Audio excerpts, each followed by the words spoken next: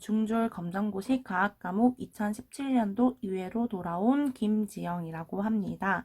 제가 영상을 카메라로 찍고 있어서 지금 밑에 그림자가 비치는데요. 이 점 양해 좀 부탁드리도록 하겠습니다. 오늘도 저번과 마찬가지로 1번부터 25번까지 풀 건데요. 오늘이 저와 함께하는 마지막 시간이 되겠습니다. 이 밖에도 다른 연도를 풀다가 모르는 부분이나 궁금한 점이 생기시면 댓글에 남겨주시면 답변을 드리도록 하겠습니다. 시작해 보도록 할게요. 자, 1번부터 보도록 하겠습니다. 자, 다음 설명에 해당하는 것을 고르라고 하네요. 어떤 그림이 있고 나란하게 들어온 빛을 굴절시켜 한 초점을 지나게 한다. 돋보기로 이용된다 라고 하네요. 자, 그림만 봐도 지금 렌즈가 어떻게 생겼어요? 네, 볼록하게 생겼죠? 우리는 그림만 보고도 바로 볼록 렌즈인 것을 찾을 수가 있습니다. 우리 볼록 렌즈는요, 빛을 굴절시켜서 빛이 있으면 이를 굴절시킨다고 했었죠. 자, 그렇다면 오목 렌즈는요, 어떻게 해요? 빛이 입사가 되면, 빛이 들어오게 되면 이를 밖으로 퍼져 보이게 하는 특징이 있었습니다. 평면거울은 어떤 특징이 있었었죠? 네, 좌우가 반전이 되는, 좌우가 바뀌게 되는 그러한 특징이 있었죠. 자, 우리 이렇게 해서 정답은 2번이 되겠고요. 다음 2번 또한 살펴보도록 하겠습니다. 자,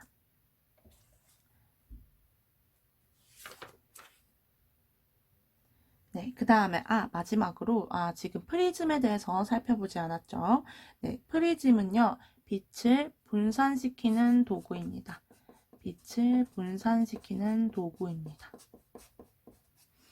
자, 그 다음에 2번 살펴보도록 할게요. 자, 2번 보겠습니다. 그림과 같이 가만히 놓은 공이 떨어지는 동안 시간에 따른 공의 속력을 나타냅니다. 공기 저항은 무시한다고 하네요. 우리 공을 위에서 던졌을 때 운동 방향은 당연히 지면적으로 생기겠죠. 자, 그런데 우리 이런 운동 제가 뭐라고 했었는지 기억을 하시나요? 네, 제가 말한 거는 바로 등가속도 운동이었죠. 등가속도 운동. 자, 우리 등가속도 운동이 뭐냐면요. 우리 떨어지는 공은요, 일정한 힘, 즉 우리 중력이 작용을 하죠. 중력이 있기 때문에 우리 운동 방향으로 중력이 작용하기 때문에 점점 속력이 증가하는 것을 우리 등가속도 운동이라고 합니다. 일정하게 속력이 증가하는 것을 등가속도 운동이라고 하죠. 그렇기 때문에 속력이 일정하게 증가하는 바로 1번이 정답이 되겠습니다. 3번도 살펴보도록 할게요. 3번은요. 비스듬히 위로 던진 공의 운동 경로를 나타낸 것입니다. 중력에 의한 위치 에너지가 가장 큰 지점을 물어봤어요. 자, 중력에 의한 위치 에너지는요. 언제 가장 크게 될까요? 자, 중력에 의한 위치 에너지가 가장 큰 구간은요. 언제냐면요. 바로 물체의 높이가 가장 높은 구간일 때 생겨납니다. 자, A, B, C, D에서 가장 높이가 높은 곳은 바로 B 지점이 되겠죠. 그렇게 해서 정답은 2번이 되겠습니다. 자, 위치 에너지는요. 그러면 우리 한번 살펴볼까요? 위치 에너지는 어디가 가장 크죠? 네, B가 가장 크고 그 다음에 A, 그 다음에 C, 그 다음에 D가 되겠죠. 자, 그러면 우리 위치 에너지 말고 운동 에너지도 한번 살펴보겠습니다. 자, 운동 에너지는 어디가 우리 가장 클까요? 자, 우리 에너지는 보존이 되기 때문에 반대로 D 지점, C 지점, A 지점, B 지점이 가장 크게 됩니다. 그렇기 때문에 우리 위치 에너지와 운동 에너지의 합, 즉 우리 역학적 에너지는 항상 보존이 되기 때문에 위치 에너지가 가장 큰 B는 운동 에너지가 가장 작게 되겠습니다. 우리 운동 에너지랑 위치 에너지 관계도 알고 계셔야 합니다. 4번을 보시면 전기 회로에서 전류계 가와 나에 나타나는 전류 세기의 비를 물어봤어요. 자, 우리 직렬로 연결이 되어 있어요.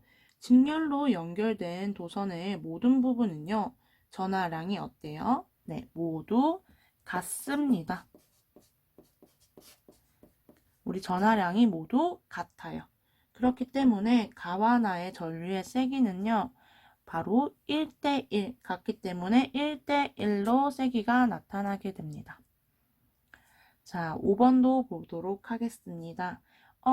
소비 전력이 100W, 전력이 100W입니다. 이를 3시간 시청하였을 때 사용한 전력량을 물어보네요. 우리 전력량 여러 번 풀어봤었죠. 자, 전력량은 우리 보통 와트시로 표현을 하게 되는데요. 전력량을 우리 어떤 공식이 있었죠? 우리 전력량은 전기 에너지의 양으로요. 우리 전력량은 전력과 시간을 곱한 값이 되겠죠. 자, 그렇게 해서 전력이 바로 100W. 그 다음에 시간이 3시간이니까 우리 바로 300W시라는 전력량을 소비하였습니다. 그렇게 해서 정답은 3번이 되겠습니다. 6번도 살펴볼게요. 다음 설명에 대해 해당하는 것을 고르라고 하네요. 자, 금속에 열을 가했다. 열을 가하면 길이와 부피가 팽창하고, 자, 겨울에는요, 팽팽했던 전깃줄이 여름에는 늘어지고 있습니다. 이에 해당하는 것이 무엇일까요? 우리 열이라는 말이 나오면 바로 단열, 그 다음에 열팽창 이런 거를 생각을 해줄 수 있겠죠. 근데 단열은요, 바로 열의 전달을 막는 것을 우리 단열이라고 합니다. 그렇게 되면 열이 팽창이라는 단어만 보고 바로 우리는 열팽창이라는 것을 선택을 할 수가 있겠죠. 자, 액화랑 응고도 여러 번 했었는데 다시 한 번 더 말씀을 드리면 액화는 뭐예요? 기체가 액체로 되는 것을 우리는 액화라고 하고 응고는 굳는 거. 자, 굳으려면 액체가 고체로 굳는 것을 응고라고 했었죠. 7번 보도록 하겠습니다. 자, 이 그래프는요, 어떤 고체 물질을 가열을 할 때 가열한 시간에 따라서 온도를 나타내는 거예요. 자, 고체와 액체가 함께 있는 구간이 어딘지 물어보았습니다. 자, 고체와 액체가 함께 있는 구간은 어떤 구간일까요? 자, 고체가 액체와 함께 있는 구간은요, 고체가 액체로 변하는 구간, 즉 고체가 액체로 융해되고 있을 때의 구간을 물어보는 거겠죠. 즉 고체가 액체로 융해되고 있는 구간, 즉 A 구간이 되겠죠. 융해되는 동안은 바로 융해될 때의 온도를 우리는 녹는 점이라고 했었죠. 고체가 액체가 될 때 우리 녹는 점이라 하고 이를 우리는 융해 과정이라고 말했어요. 자, 그 다음에 정답은 그렇게 해서 1번이 되겠습니다. 자, 우리 C 구간은 바로 액체가 기체화되는 것이고요. 그렇게 보시면 됩니다. 8번도 살펴보도록 할게요. 칼슘 이온과 염화 이온으로 구성된 염화칼슘의 화학식을 물어보네요. 정말 쉬운 문제죠. 칼슘과 염소 이온이 있는 거. 그럼 염화칼슘은요, 바로 칼슘과 염화 이온으로 구성된 CaCl2, 즉 염화칼슘 화학식은 정답은 4번이 되겠습니다. 자, 우리 칼슘 이온은요, 염화 이온과 구성되어서 우리는 염화칼슘이 구성되고요. 이게 바로 화학 반응식이 되겠습니다. 자, 우리 1번은요,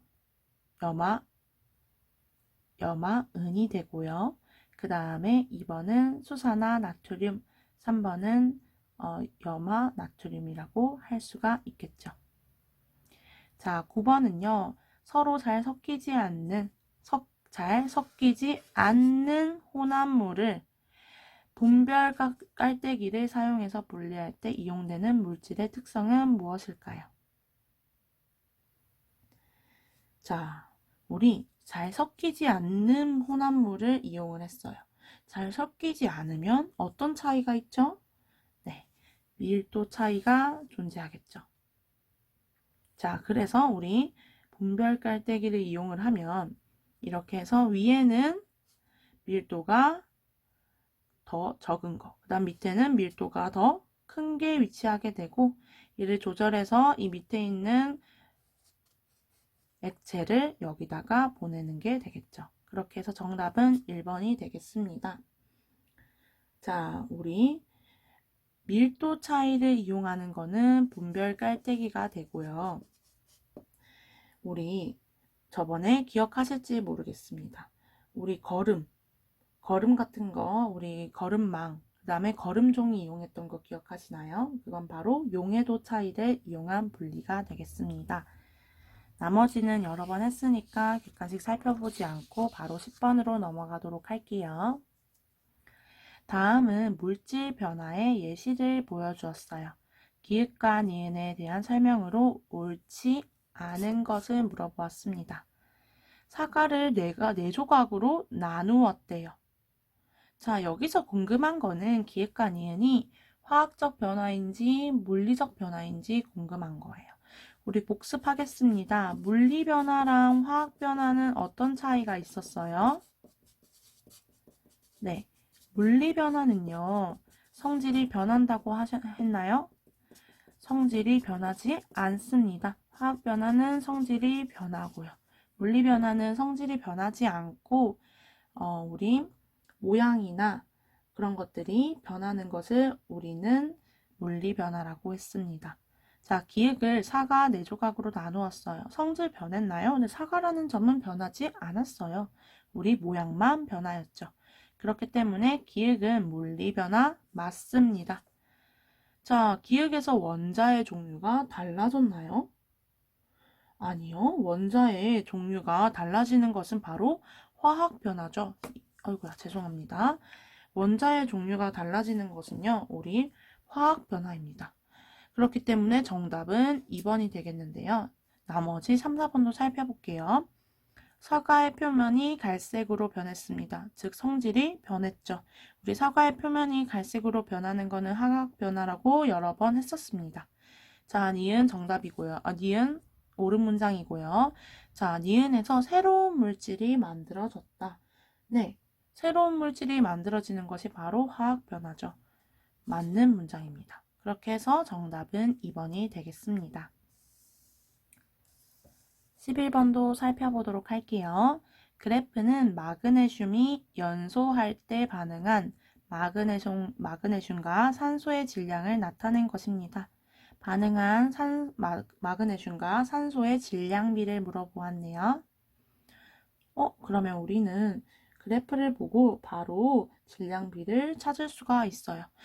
우리 1g, 2g일 때보다는 3g일 때 반응한 산소의 질량이 정확한 자연수로 나오니까 우리 3g일 때 반응한 산소의 질량은 2g이 되겠네요. 반응한 마그네슘 질량이 3g일 때 반응한 산소의 질량은 2g이 되니까 반응한 마그네슘과 산소의 질량비는 바로 3대 2가 되겠죠. 그렇게 해서 정답은 3번입니다. 12번도 살펴보시면 12번은 염산과 수산화나트륨 용액의 중화 반응의 혼합 용액의 온도를 나타낸 것이래요. A부터 D까지 중 중화열이 가장 많이 발생한 지점은 무엇일까요? 우리 이거 했었습니다. 우리 중화열이 발생해서 가장 많이 발생한 지점은요. 중화열이 가장 많이 발생했으니까 어때야 돼요? 온도가 가장 높아야겠죠. 네, 그래서 정답은 바로 온도가 가장 높은 지점인 C 지점입니다. 자, 우리 염산, 산과 수산화나트륨 용액, 즉 염기가 반응을 하는 것이 중화 반응이라고 했는데요. 염산을 이온화하면 우리 수소 이온이 있고 그 다음에 수산화 이온이 만나서 뭐가 생긴다 했어요? 네, 물이 생긴다 했죠. 이 과정에서 우리 중화열이라는 것이 발생이 됩니다. 이 우리 중화열이 언제 가장 활발할까요? 가장 많이 발생할까요? 즉, 온도가 가장 높은 지점이겠죠. 그렇게 해서 정답은 3번이 됩니다. 13번 보시면 빛의 세기에 따라 광합성량을 나타낸 그래프입니다. 자, 조건이 있어요. 온도는 25도씨로 일정하고요. 이산화탄소의 농도는 충분하다고 합니다. 자, 우리 빛의 세기가 증가할수록 광합성량은 어떻게 되죠? 네, 광합성량은 증가하게 됩니다. 자, 그렇지만 일정 세기 이상에서는 더 이상 증가하지 않고 일정해집니다. 정답은 3번이 되겠습니다. 자, 빛의 세기가 커지면 광합성량도 증가하지만 빛의 세기가 너무 크다고 해서 광합성량이 계속해서 증가하는 것은 아니에요. 우리 빛의 세기가 어느 정도 일정해지면 빛의 세기가 어느 정도 이상 지나면 우리 광합성량은 일정해집니다. 14번 보시면 중추신경 관련된 문제네요. 자, 무릎 반사 중추 두 번째 문장 보시면 무릎 반사 중추 했었어요. 네, 무릎 반사 중추 뭐였죠?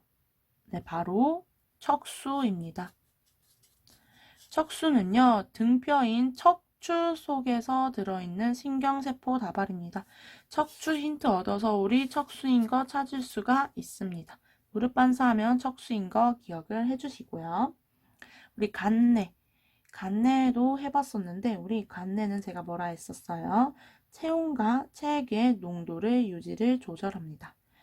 체온 유지 조절이라고 적어두시면 될 것 같아요. 그냥 체온 유지 정도만 기억을 해주시고요. 손에는 뭐라고 했었어요? 근육 운동 조절하고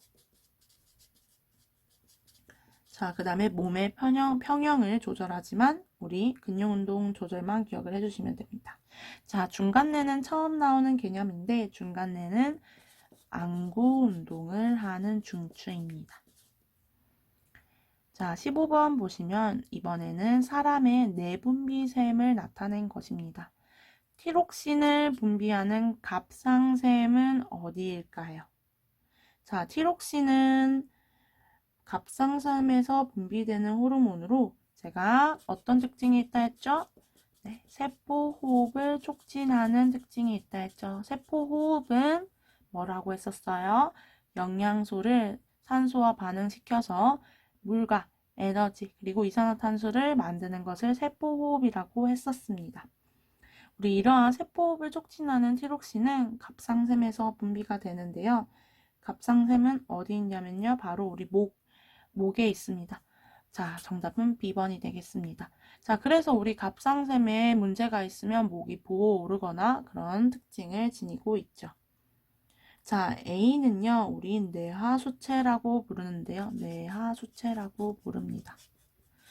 이 뇌하수체에서는요, 우리 성장 호르몬을 분비를 합니다. 자, C는요, 우리 바로 부신입니다. 부신. 부신에서는 아드레날린을 분비합니다. 우리 D는요, 우리 이자로 많이 들어본 우리 인슐린, 혈당량 조절하는 인슐린과 글루카곤을 분비합니다.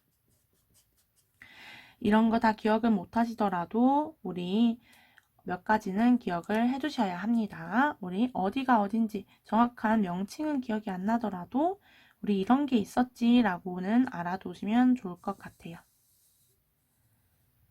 16번 보겠습니다. 사람 몸에서 심장의 기능은 무엇일까요? 1번 보겠습니다. 오줌을 생성한대요. 자, 오줌을 생성하는 기관은 콩팥입니다. 우리 오줌을 생성하는 기관은 콩팥이 있고요. 생식세포를 만드는 기관은 뭐예요? 남자는 정소고요. 여자는 난소가 되겠습니다. 소화효소를 분비하는 기관은 어디일까요? 소화효소는요, 바로 소화기관에서 분비가 됩니다. 여러 가지 예시들이 있겠죠. 자, 온몸으로 혈액을 순환시킨다.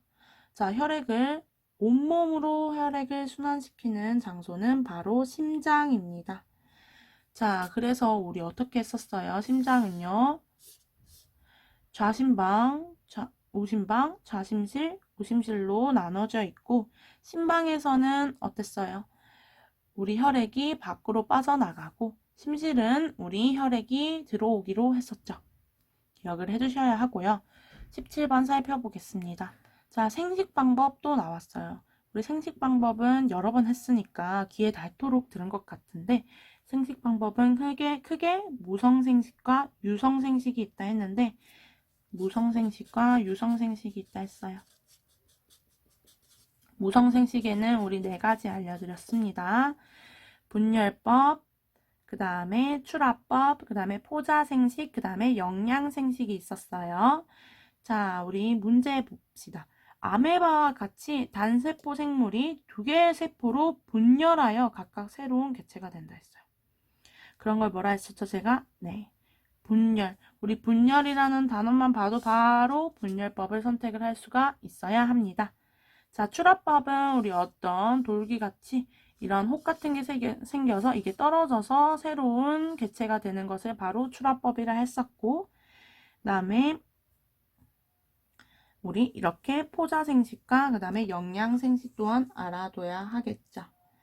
자, 우리 이 문제는 생식 방법은 항상 나오기 때문에 기억을 해주셔야 합니다.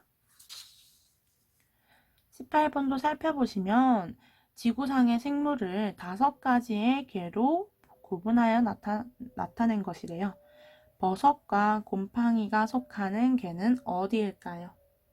자, 우리 버섯과 곰팡이는요, 우리 앞에서 본 생식 방법 중에서요, 우리 무성생식 중에 우리 포자생식으로 이루어집니다.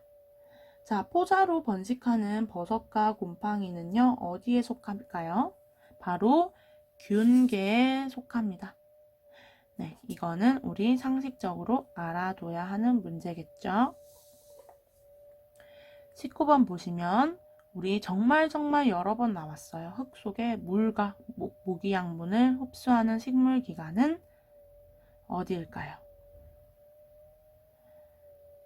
바로 뿌리가 되겠습니다. 정답은 2번입니다. 자, 우리 정말 여러 번 나왔는데요. 원래 우리 물과 무기양분을 흡수한다고 하면 뭐가 제일 먼저 나와야 돼요? 바로 물간이 나와야겠죠. 자, 물간은요, 우리 물과 무기양분만 보면 물간이 바로 튀어나와야 하는데, 물간은요, 이러한 물과 무기양분이 이동하는 통로예요. 흡수를 하지는 않죠. 우리 흙 속에 있는 물과 무기양분을 흡수를 해야 돼요. 누가 해요? 흙 속에 있는 것은 바로 식물기관 중에서 뿌리죠, 뿌리. 뿌리가 바로 이러한 물질들을 흡수를 합니다. 자, 꽃은 식물의 생식기관이고, 열매는요, 식물의 생식기관이며 또, 채관은 우리의 물관처럼 식물의 유기양분이 이동하는 통로가 되겠습니다. 20번 보겠습니다. 다음 설명에 해당하는 광물의 성질은? 자, 방에서 우리 처음 나오는 개념인데 몰라도 상관이 없어요. 자, 뒤에 보시면 외부에서 힘을 가하면 기울어진 육면체 모양으로 갈라져 떨어진다. 갈라져 떨어진다라고 하죠. 갈라져 떨어진다만 보고 우리 답을 선택을 할 수가 있어요. 자, 광택은 그 말 그대로 윤기가 나는 거고, 자성은 우리 뭐예요? 우리 자석 이런 것처럼 자성을 띈다라고 얘기하고, 자, 그 다음에 쪼개짐은요, 바로 광물이 규칙적인 모양으로 나누어지는 것을 쪼개짐이라고 합니다. 갈라져서 떨어지는 것은 우리가 보고 바로 쪼개짐을 선택을 할 수가 있겠죠.